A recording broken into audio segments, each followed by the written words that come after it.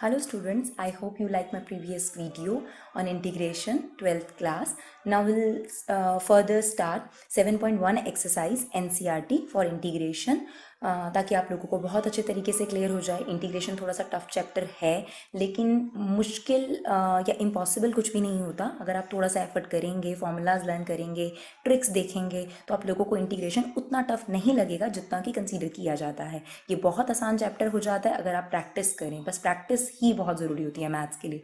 तो will start with an exercise 7.1 और हम लोग आगे भी एक्सरसाइज डिस्कस करेंगे। अगर आप लोगों को कोई भी प्रॉब्लम होती है तो आप मुझे कमेंट करके या फिर किसी भी तरीके से इन्फॉर्म कर सकते हैं। चलिए देखिए आगे चलते हैं। Question number 1 that is integration of one का इंटीग्रेशन हम पहले भी डिस्कस कर चुके हैं। वन का इंटीग्रेशन y के रिस्पेक्ट में आपके पास y हो जाता है।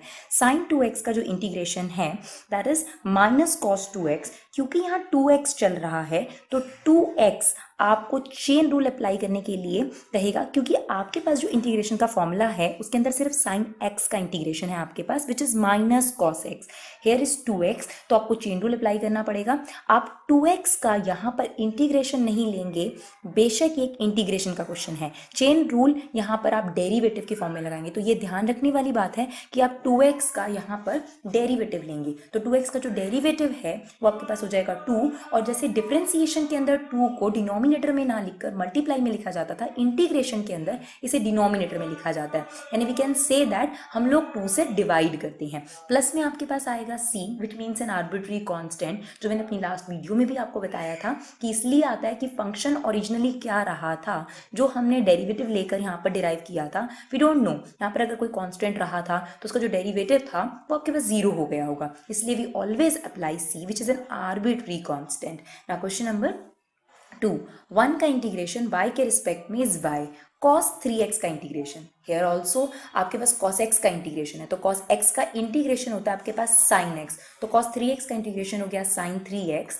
और 3x जो कि यहाँ चल रहा है इस पर आपको चेन रूल अप्लाई करना पड़ेगा। और 3x का जो डेरिवेटिव होता है, याद रखिएगा डेरिवेटिव, तो 3x का जो डेरिवेटिव है विच इज 3 वो डिनोमिनेटर में लिख दिया जाता है प्लस c। तो जो फंडा यहाँ पर अप्लाई हुआ वही सेम आपका यहाँ पर आपको देखने को मिला। सेम सिमिलर आपका चेन रूल वाला एप्लीकेशन होगी यहाँ पर भी। तो 1 का इंटीग्रेशन y के रिस्पेक्ट में, हियर इट मींस y के रिस्पेक्ट में, तो 1 का इंटीग्रेशन y के रिस्पेक्ट में इज y एंड e की power 2x। Now here is also e की पावर x का इंटीग्रेशन है आपके पास, e की पावर 2x का नहीं है आपके पास। तो e की पावर x का इंटीग्रेशन कैसे लिया जाता है, e की पावर x, तो e की पावर 2x का जो इंटीग्रेशन होगा दैट इज ऑल्सो e की पावर 2x। लेकिन जो यहाँ 2x चल रहा है, जो x की जगह पर अप्लाई हुआ है, तो आप 2x का डेरिवेटिव ले लेंगे। याद रखिएगा डेरिवेटिव, तो 2x का जो डेरिवेटिव हुआ दैट इज 2, वो e2x के डिवीजन में आ जाएगा, डिवाइड में आ जाएगा, जैसे कि डिफरेंशिएशन में मल्टीप्लाई में आता है चेन रूल में। तो इंटीग्रेशन जनरली जो है वो थोड़ा सा, जैसा हमने डिस्कस किया था, रिवर्स चलता है, तो आप याद रख सकते हैं कि डिवीजन में जाता है plus c, but chain rule लगाना मत भूलिएगा। Now question number 4, question number 4 में आपके पास क्या है, 1 का इंटीग्रेशन y के रिस्पेक्ट में is y ax plus b whole square. अब इसी क्वेश्चन को करने के आपके पास 2 मेथड होते हैं, और मैथ्स में तो ये खास तौर पर चीज़ है कि आप एक ही क्वेश्चन को तरह तरह मेथड से सॉल्व कर सकते हैं। तो इसी क्वेश्चन को सॉल्व करने के we have 2 method, but I use only 1 out of these 2। तो ax प्लस b का होल स्क्वायर, तो यहाँ आइडेंटिटी ओपन की जा सकती है a प्लस b के होल स्क्वायर की, which is a plus b का whole square equal to a square plus b square plus 2ab। तो देखिए ए प्लस बी का होल स्क्वायर था, तो आपने यहाँ पर करा ए square plus b square plus 2ab which is 2abx। Now we have to take integration with respect to x, और पुट ब्रैकेट, दैट मीन्स कि इस होल का जो इंटीग्रेशन है वो आपको x के रिस्पेक्ट में लेना है। Now a square as it is, x square का जो डेरिवेटिव होगा वो x की पावर n की तरह लिया जाएगा, और x की पावर n का जो इंटीग्रेशन होता था, सॉरी इंटीग्रेशन, x की पावर n का जो इंटीग्रेशन होता है वो होता है x की power n plus 1 upon n plus 1। तो x की पावर 2 का जो इंटीग्रेशन होगा वो होगा x की power 2 plus 1 upon 2 plus 1, which means x की power 3 upon 3। Now b square is constant. How can I know this is constant, because आपने जो इंटीग्रेशन करना है वो x के रिस्पेक्ट में करना है इस पर्टिकुलर इंटीग्रेशन में। तो यहाँ पर सिर्फ और सिर्फ x वेरिएबल है, इसके अलावा आपको कोई भी अल्फाबेट गिवन होगा तो that is considered as constant. तो b स्क्वायर कांस्टेंट है, और b स्क्वायर को अगर हम इंटीग्रेशन से बाहर लें तो 1 बचता है, 1 का इंटीग्रेशन x के रिस्पेक्ट में x हो जाता है। आप इसे वेरीफाई कर सकते हैं, लाइक अगर इस चीज़ का आपने डेरिवेटिव लिया तो बी स्क्वायर एक्स का डेरिवेटिव जो होता है, b square as it is x का डेरिवेटिव 1, तो आप बैक करके भी चेक कर सकते हैं कि डिफ्रेंसिएशन जब आपने लिया होगा तो बी स्क्वायर आया होगा, और अगर इंटीग्रेट करेंगे तो हम लोग बी स्क्वायर एक्स की फॉर्म में जाएंगे। तो 2ab(x) that whole part is constant, तो वो बाहर आ गया। x की पावर 1 का इंटीग्रेशन x की पावर n की तरह लिया जाएगा, विच इज x की power n plus 1 integration, sorry x की पावर 1 का जो इंटीग्रेशन है वो जाएगा x की power 2/2 plus c which is an arbitrary constant should be there in integration.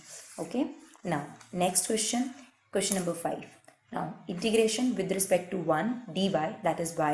Now integration sin 2x 4e की power 3x, same chain rule apply होगा, और दो अलग अलग आपके पास फंक्शन है, प्लस में है माइनस में है, तो दो अलग अलग फंक्शन है, आप इनका इंटीग्रेशन ले सकते हैं। sin 2x का जो इंटीग्रेशन होता है वो माइनस cos 2x होगा, क्योंकि sin x का इंटीग्रेशन माइनस कॉस एक्स होता है, लेकिन यहाँ 2x चल रहा है तो आप इसका डेरिवेटिव लेंगे, और डेरिवेटिव आपके पास होता है 2, वो इसके डिनोमिनेटर में चला जाएगा। नाउ हियर 4 इज कांस्टेंट, तो यहाँ पर लिख दिया गया e की पावर 3x का जो इंटीग्रेशन होगा वो e की पावर x की तरह लिया जाएगा, और e की पावर x का इंटीग्रेशन e की पावर x होता है, तो e की पावर 3x का इंटीग्रेशन e की power 3x, but we have to apply chain rule, तो 3x का आपको डेरिवेटिव लेना पड़ेगा, जो कि e की पावर 3x का जो डेरिवेटिव है दैट इज 3, तो वो डिनोमिनेटर में आ जाता है because it's an integration, plus C always there because in arbitrary constant.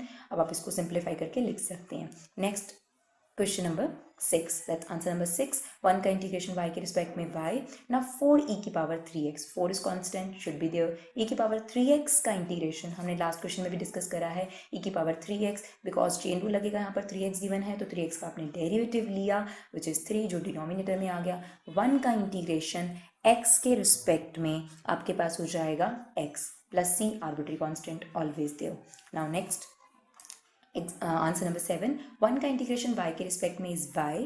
Now here अब अभी तक जब हमने इंटीग्रेशन स्टार्ट किया है तो मैंने आपको कोई ऐसा प्रोडक्ट रूल के बारे में अभी तक कोई डिस्कस नहीं करा है, दैट मीन्स कोई अभी प्रोडक्ट रूल नहीं लग सकता, क्योंकि अभी तो हमने फॉर्मूले ही डिस्कस करे हैं, that means that question is solved through formulas. So we apply simple thing that x square is multiplied by 1 become x square is multiplied by this thing which become x square upon x square. Now here is an x square and that is minus 1. Now we have to take an integration. x square का integration x की power n की तरह लिया जाएगा which is x की power n plus 1 upon n plus 1. तो x की power 2 का integration x की power 3 upon 3 और 1 का integration x के respect में x और plus c which is an arbitrary constant should be there because this is an integration.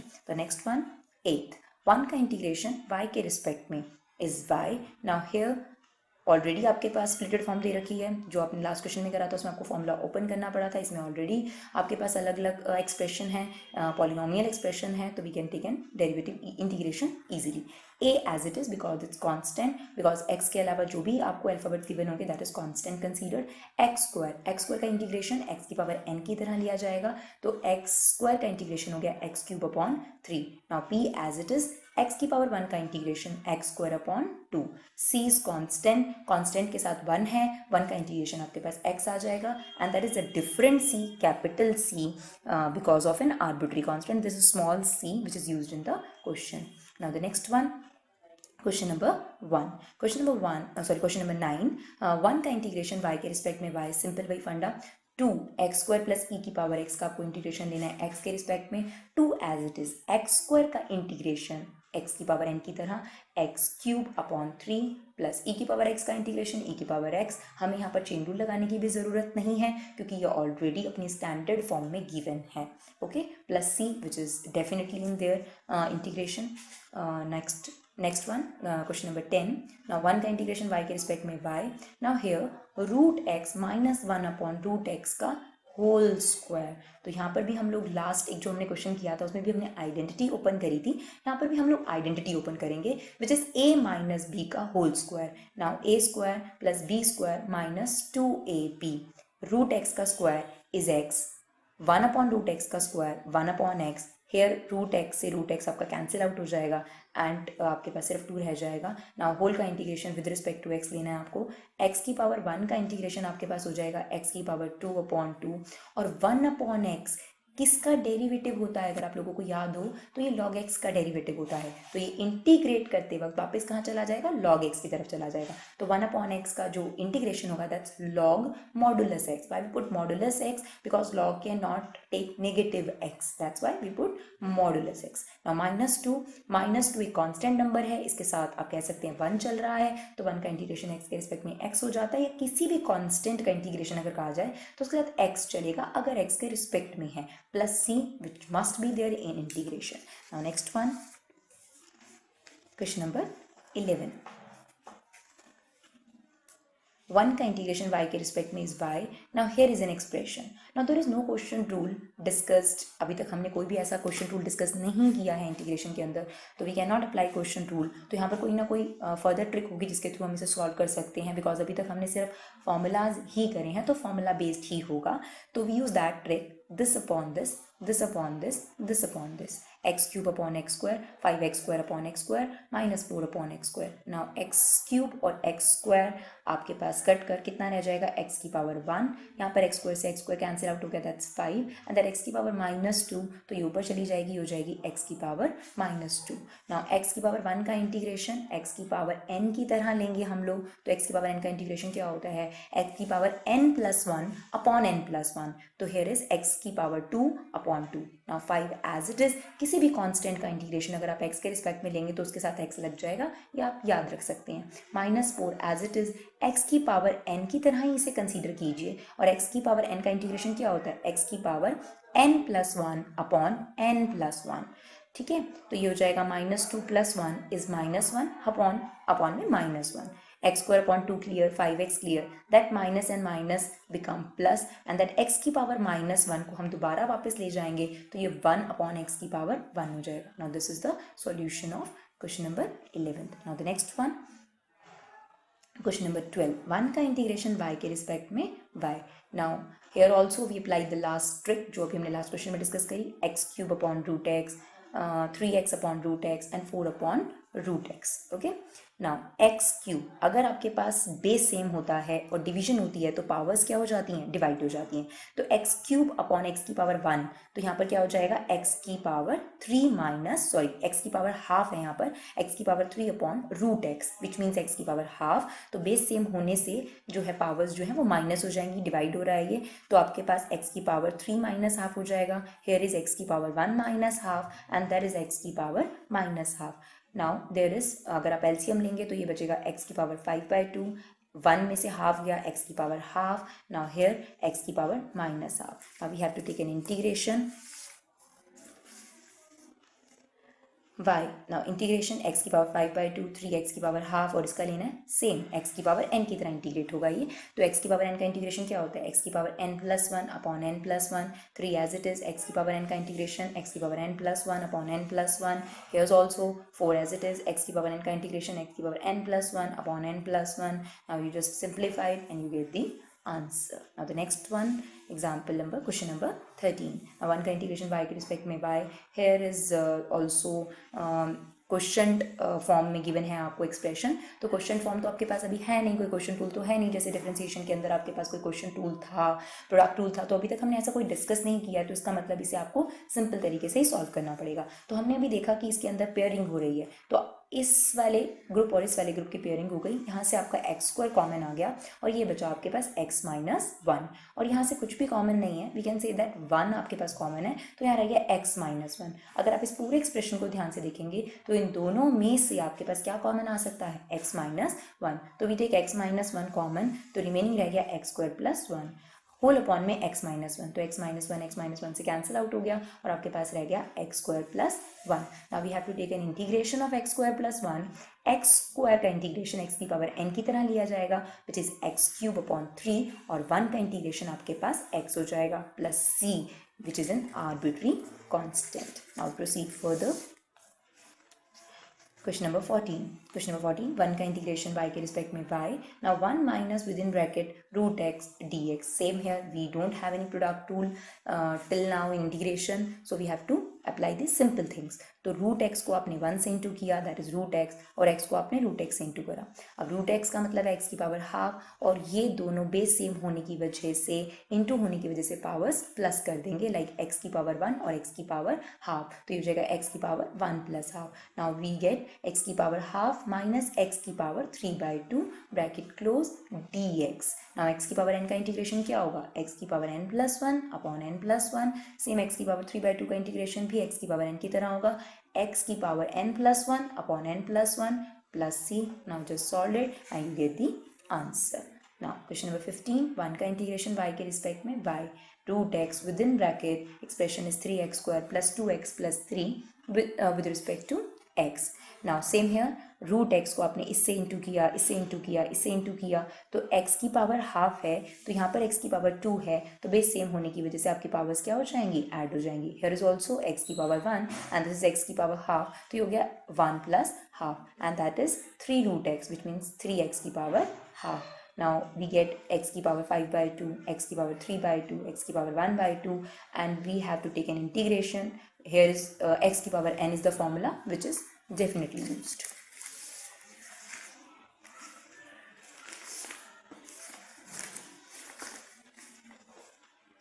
Now 3 as it is, x की पावर n का integration x की power n+1, 5/2 में आप 1 प्लस करेंगे तो 7/2 अपॉन 7/2 जो कि आपका रेसिप्रोकल हो जाएगा यहाँ जाके। 2 as it is, x की पावर 3/2 का इंटीग्रेशन x की पावर 3/2 + 1 अपॉन 3/2 + 1 विच इज 5/2 जो ऊपर जाकर रेसिप्रोकल हो जाएगा and same and we get the answer. Now the next one, 1 का इंटीग्रेशन y के रिस्पेक्ट में y, 2 as it is, x की पावर 1 का integration x² upon 2, 3 as it is, cos x का इंटीग्रेशन होता है sin x क्योंकि sin x का डेरिवेटिव होता है cos x, e की पावर x का इंटीग्रेशन e की पावर x बिकॉज e की पावर x का डेरिवेटिव e की power x। Now we get the answer. Now the next one, 1 का इंटीग्रेशन y के रिस्पेक्ट में y, now there is an expression 2 as it is, x² का integration x³ upon 3, 3 as it is, sin x का integration minus cos x, that why minus और minus जो था आपका फॉर्मूले वाला वो प्लस हो गया, 5 as it is, x की पावर हाफ का इंटीग्रेशन x की power half plus 1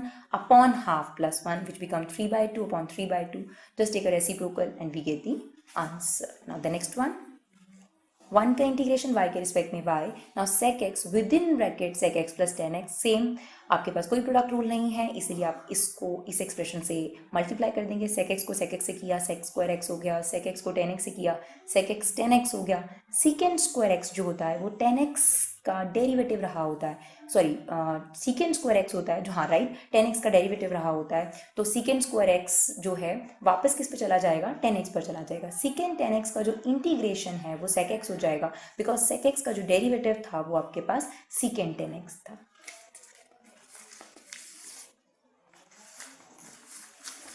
Now the next one, hope आप लोगों को क्लियर हो रहा होगा।